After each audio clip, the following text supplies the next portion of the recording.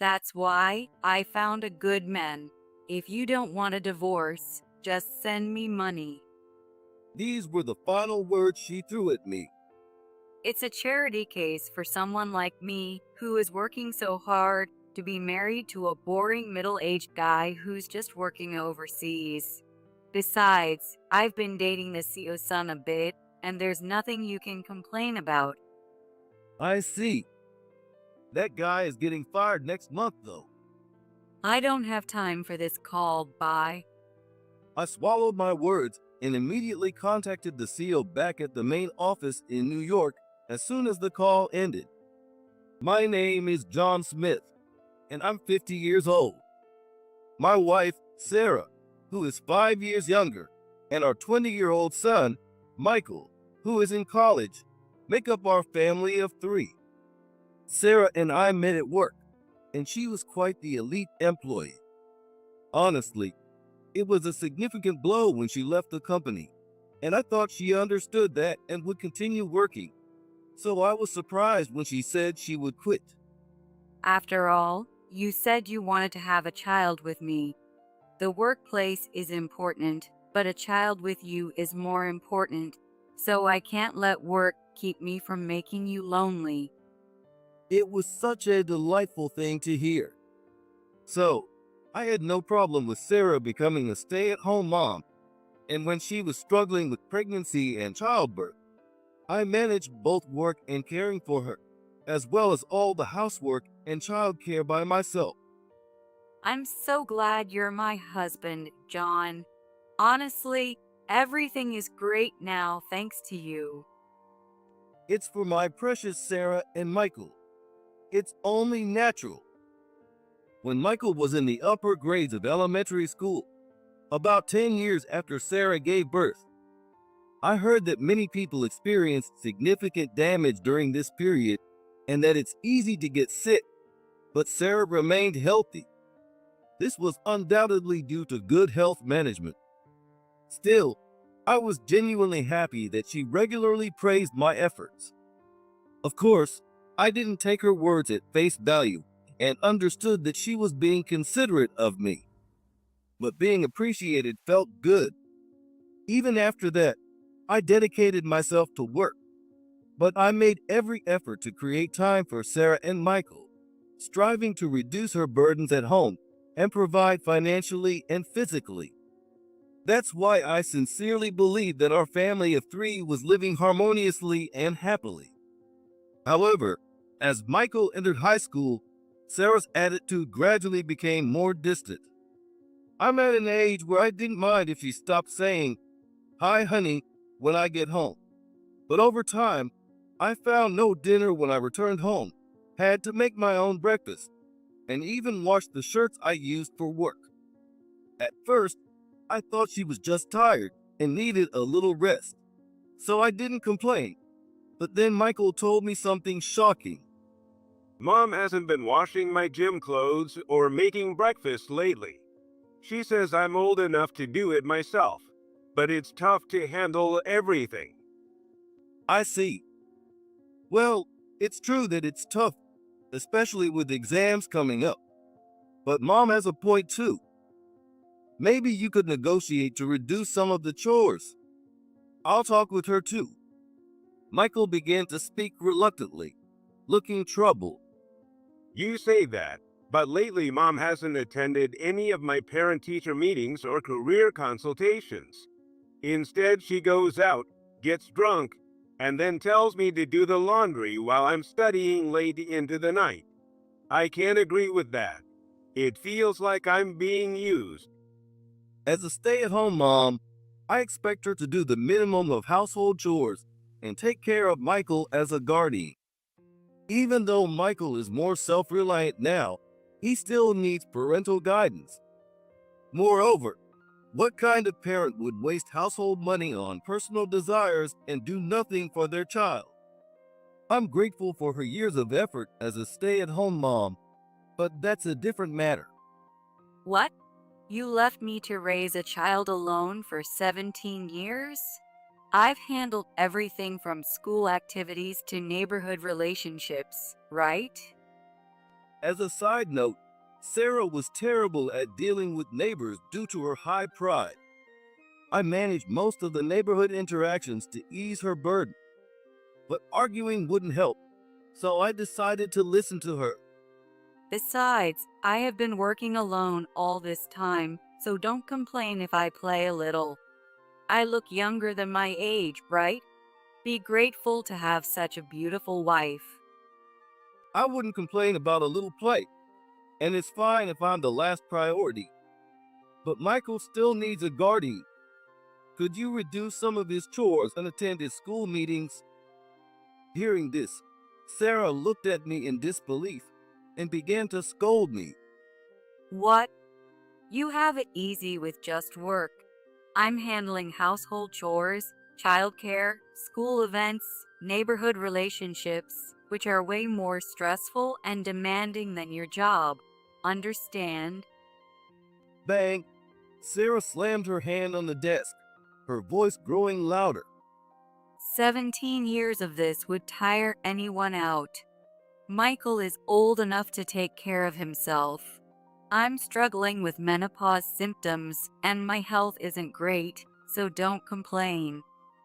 It's impossible to have a reasonable conversation like this. However, it is true that she has worked hard for our son for 17 years, and I acknowledge that I could advance in my career thanks to Sarah's support.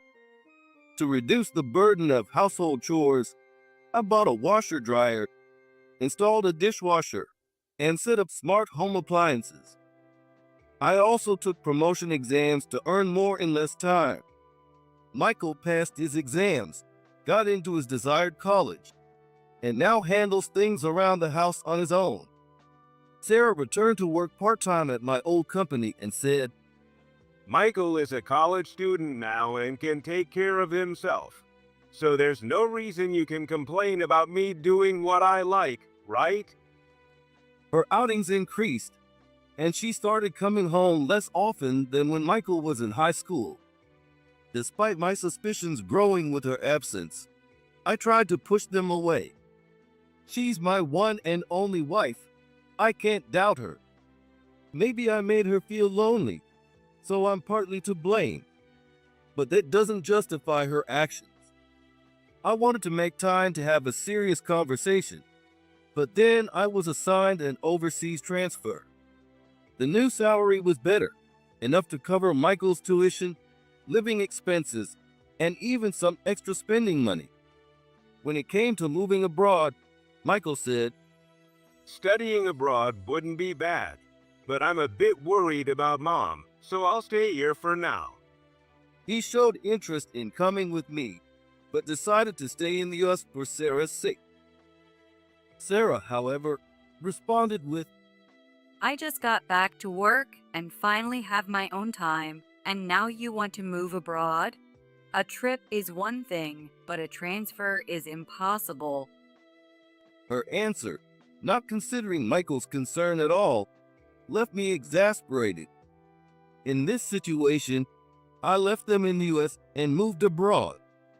Michael kept me updated, so I had a general idea of how they were doing, but I was still worried.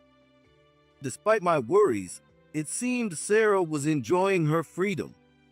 I regretted not having a proper talk before leaving, but knew it was too late. Sarah started seeing a guy from my former office. She was always a beautiful and popular employee. The CEO's son, who knew her well, took advantage of my transfer to get close to her. My transfer was a promotion, not a demotion, but it was a good opportunity since I wasn't around. How did I find out about this? Sarah herself revealed everything. That's why I found a good man. If you don't want a divorce, just send me money. These were the final words she threw at me. Wait, I understand, but I can't wrap my head around it. It's hard to accept such an explanation without question. For most people, that's normal. Yes, for most people. Well, that's what it's like marrying a beautiful elite employee. And what about you lately? I've been making sure not to let my beauty fade, even while raising our child. I could hear her sigh over the phone. It's a charity case for someone like me who is working so hard to be married to a boring middle-aged guy who's just working overseas. Besides, I've been dating the CEO's son a bit, and there's nothing you can complain about. She revealed her affair during our marriage as if it were nothing. So, what's your current salary? If I remember correctly. Yeah, it's $10,000. Right. I was shocked when I heard that. How did you think that would be okay? Well, whatever. Michael is still in college, so make sure to send enough for living expenses and tuition. Her statements were selfish and showed she wasn't listening to me. I suspected something was wrong, but I never imagined she could be so arrogant. Well, even if it's not enough, I'll just have my boyfriend cover the rest. Just to clarify, this boyfriend is the CEO's son, right? When I asked, Sarah proudly introduced him. He's the ace of our branch, Ken. Who else would the CEO's son be? He's the next CEO. I don't know about the cost of living overseas, but he's more secure than you with your $10,000 salary. It's been a while since I heard her talk so enthusiastically. I see. That guy is getting fired next month, though. I don't have time for this call, bye. If you don't want a divorce and to lose custody of Michael, make sure to send the money. I swallowed my words and immediately contacted the CEO back in New York as soon as the call ended. Honestly, it was annoying to deal with personal issues on top of work, but thinking back to Sarah's behavior over the past few years, I guess there's no need for mercy. That was all I could think. I wasn't in the US, but there was still a lot I could do. So besides contacting the CEO, I made various arrangements and waited for the right moment. A month later, I got a call from Sarah. It's finally happening. I hope the CEO is handling it well. I had been waiting for this moment, so I took out everything I had prepared and started a call on my smartphone. What is this divorce paper and alimony claims? This is a terrible joke. She yelled as soon as she answered the phone. Her voice was loud enough for Michael, who was in the same room, to hear, and he was trying hard not to laugh. Yes, Michael had already left the US and come to my place. It's not a joke. You seemed unhappy in our marriage, so it's a small gesture of consideration. Your jokes are so bad we can't have a proper conversation. I was trying hard not to laugh, but my efforts were in vain as I heard the intercom ring through the phone. The CEO had arrived at my house in the US. Who is it at such a busy time? Go ahead and answer. I'm waiting. It might be the registered mail I sent. I sent something important, so if possible, check it right away. Of course, I hadn't said anything. Oh, Ken, what are you doing here? Wait, is that the CEO? She opened the door to find the man she was seeing, the CEO, and a lawyer standing there. No wonder she was surprised. What brings you here today? I came to discuss your and my son's misconduct, which has caused trouble for our employee. We're here with a lawyer to talk about it. I could hear the CEO's voice.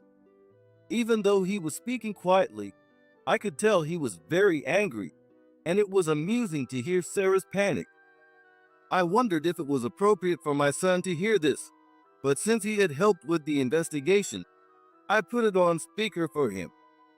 Last month, an employee reported that, as soon as he transferred, my son and his wife developed an improper relationship.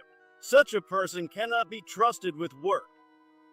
As the CEO began speaking calmly, the lawyer started pulling out some items. I knew exactly what it was. They were probably photos that my son had gathered to prove their relationship. There's quite a lot. Could you spread them all out, please? Oh, sure. The sound of rustling papers indicated they were spreading the photos. Michael whispered mischievously. I had so much fun playing detective that I collected a ton of evidence. He's quite the strategist, my son. Is this all you? Well, yes. The CO's anger flared up at the sheer number of photos laid out on the table. Ken's frightened voice joined the chaos. Well, Mrs. Smith, we rehired you as a part-timer because of the trust you earned as a full-time employee before marriage. The CO said to Sarah, sounding disappointed. To follow up, I added, Sir, these photos were taken during our company's regular business hours on weekdays. Whether part-time or full-time, this suggests they were slacking off on the job. Were they on leave during those times? The atmosphere froze, even over the phone. Yes, the photos my son took were during weekday daytime hours. The branch where Ken and my wife work is closed on weekends and holidays. Although they have early and late shifts, they can only take weekdays off with paid leave. Given the number of photos taken, it seems they were leaving work during their shifts and visiting places unrelated to their jobs. My son, ensuring his voice didn't get picked up on the call, chuckled. Don't underestimate a college student's spring break. I had plenty of time on my hands, too. So, you two were sneaking out during work hours to do this. No, that's not true. This can be easily checked. Is it really not true? Huh? The CO questioned Sarah, but of course, she didn't answer honestly. No, sir. This must be a mistake. The dates and times must have been faked. She mumbled, avoiding a clear answer. However, this was expected. I asked the lawyer on the other end of the line to present the other evidence I had gathered. Yes. Here are their attendance records and schedules for those days. We have testimony from within the company that their actions were causing significant disruption to work. Before the lawyer could finish speaking, Ken and Sarah's near screams could be heard, and my son looked annoyed. I had asked colleagues and the HR department at the branch in the US to help verify their attendance records and conduct interviews. Normally, I wouldn't go this far just because of infidelity, but I'm a responsible employee. If the evidence collected by my son contains anything that could impede their work, we're certain to conduct a thorough investigation. Seeing the photos, records, testimonies, and performance reports, the CO seemed more disappointed than angry. It is deeply regrettable that your actions have eroded the trust of other employees. He sighed heavily and continued. You and Sarah are both terminated this month. Wait, Dad. She's good at her job and has connections with other companies. Marrying such a useful woman should be seen as an achievement for me. What? Sarah's shocked voice mixed with Ken's sudden outburst, and I couldn't help but burst into laughter. Dad, you okay? Michael was laughing too. Sarah never expected such words from the man she had trusted for so long. Yes, Sarah has strong connections with various companies and is trustworthy in her work, but that does not excuse long-term infidelity. The CEO's anger was palpable. I spoke to the CEO over the phone. Sir, Ken and my wife's affair started when my son was in high school, so it's been 3 years. The evidence I gathered back then is with a lawyer. Please review it. What are you saying? He and I only started dating when I returned to work. Listening to Sarah, it seemed true, but the reality was different. I knew about your and Ken's relationship even before we got married. When Michael started high school, he contacted me and that's when you two started meeting. The lawyer showed the CO the message history from that time. When I learned that Sarah had been leaving all the housework to Michael, I suspected something was wrong. I discovered an email history from the company's mailbox to our home computer, which was shocking. However, at the time, Michael was preparing for his college entrance exams, so I couldn't make a big deal out of it. All I could do then was transfer the sender's ID and the content to another medium. If they had used their personal cell phones, it would be one thing, but I never imagined they would do this on a company computer. At that time, I couldn't believe it and couldn't consult anyone. Of course not. The CO didn't blame me for not reporting it sooner and listened carefully. I also heard that my son noticed his mother meeting another man, which added a lot of stress to his studies. Sarah was shouting about how she was meeting outside, but I continued regardless. Additionally, there is evidence that Ken influenced my wife's return to the company, aside from her past job performance. Lawyer, can you show them that? Yes. At this point, the lawyer showed the CO the messages from that time. I could sense the CEO trembling with quiet anger, even over the phone. The messages showed they wanted to spend more time together, so they manipulated her return to the workplace. You kicked out other candidates to hire her for this nonsense. You told me she was highly capable and her experience would be beneficial for the company. Was that all a lie? Judging by the CO's reaction, it was clear that the messages were quite embarrassing, and presenting this evidence to the lawyer was quite humiliating for me. Well, she was actually a very capable employee. Ken stammered. What do you mean by capable? Think about it. She has a grown son, but no other merits. Having a capable woman join the household helps everyone, even you and Mom. Even though you were never considered for the CO position, I never thought I'd regret making you a branch manager so much. The CO seemed utterly disappointed with Ken's response. What? Not considered for a CO?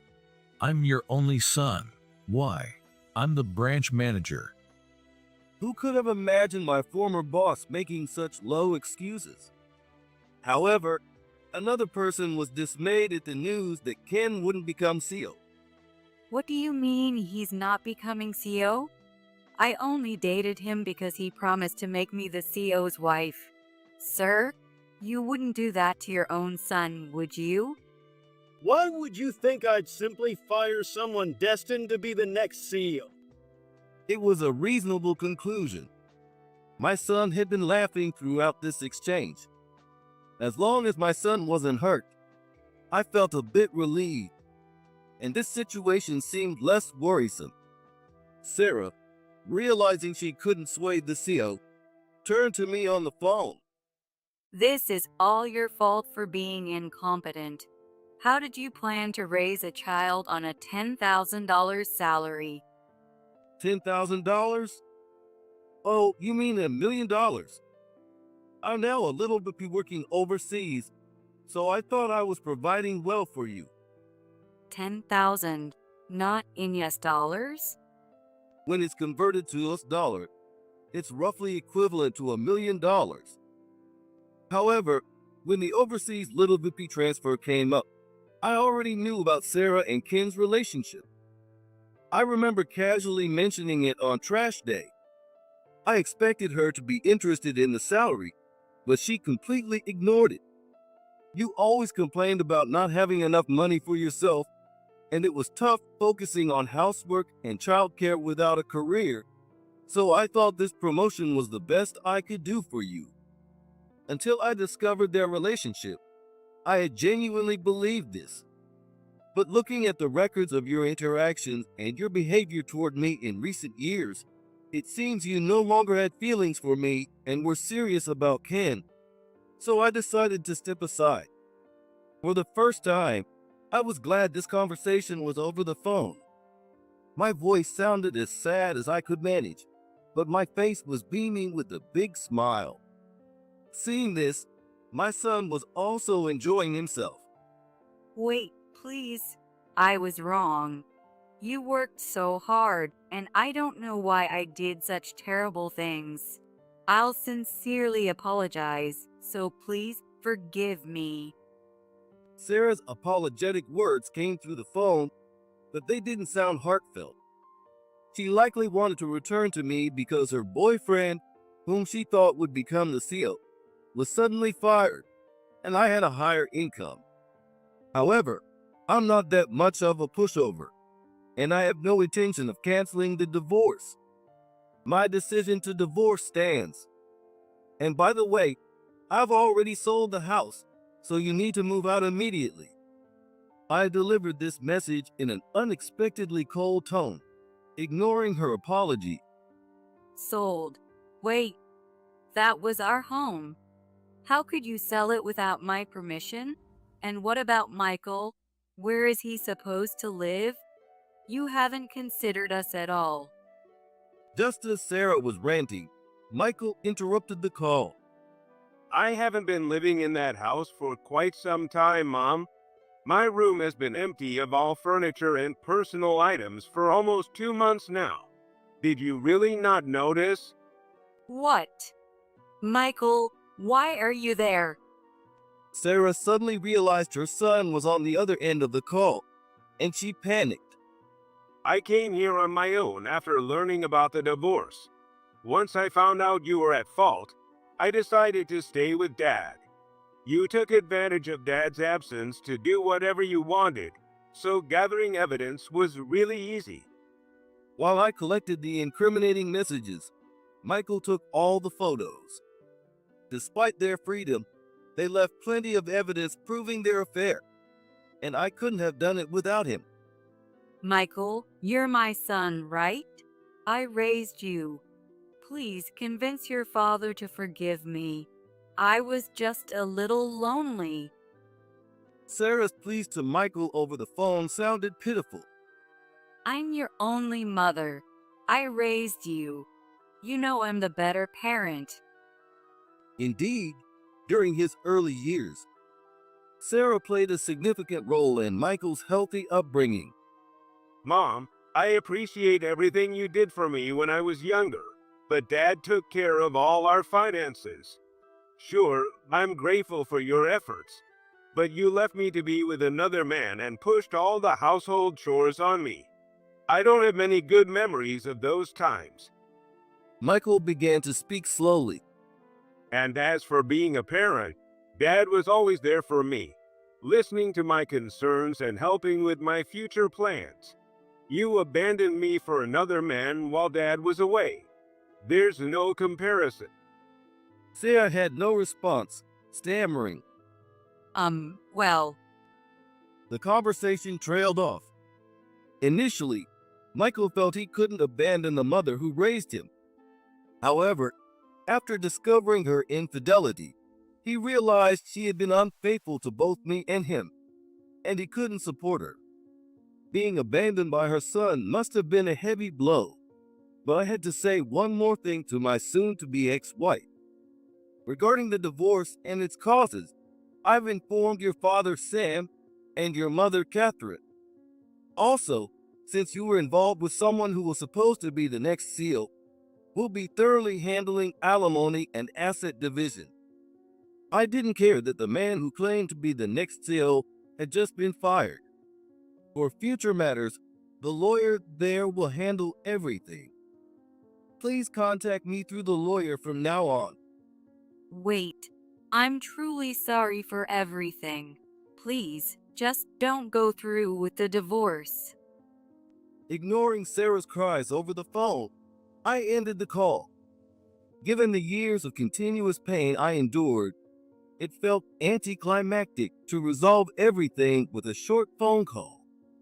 Of course, there would still be demands to reduce alimony and mediation, so it wasn't really over yet. Mom, I do appreciate what you've done, but Dad is important to me too. Seeing someone I care about hurt so much makes me sad. Michael said, trying to comfort me as I pondered the future. Dad, you took care of the household and faced everything head on. Even when Mom acted that way, you helped me get into college, study abroad, and grow into an adult. You're the parent that matters to me. I'll always be here to help with anything, so don't worry. I had always felt guilty about focusing only on work, but knowing my efforts to support my family were recognized by my son brought me relief. While I intended my wife's lover to be fired as a form of revenge, Michael's words made me realize that our happiness was the best revenge. The divorce with Sarah progressed smoothly. When I contacted her parents, they immediately came to my home in the US and deeply apologized in front of the house. They said they wouldn't support Sarah and that she would have to find a new job on her own, which was proving difficult. That's true. Despite her past success as an elite employee, she had a long break. Moreover, with her prideful personality, she couldn't find a job that met her desired salary, so she ended up working part-time. We received alimony in one lump sum, so her situation no longer concerned me.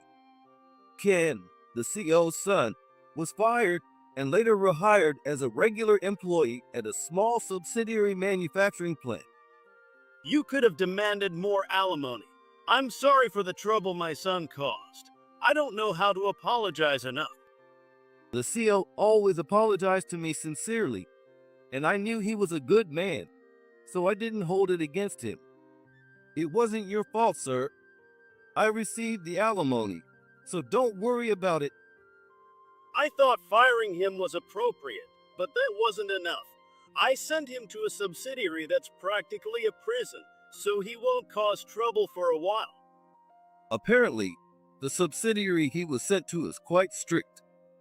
Ken, who had been acting arrogantly as a branch manager and thought he would be the next CEO, also has a high level of pride, much like Sarah, and his work isn't going well either.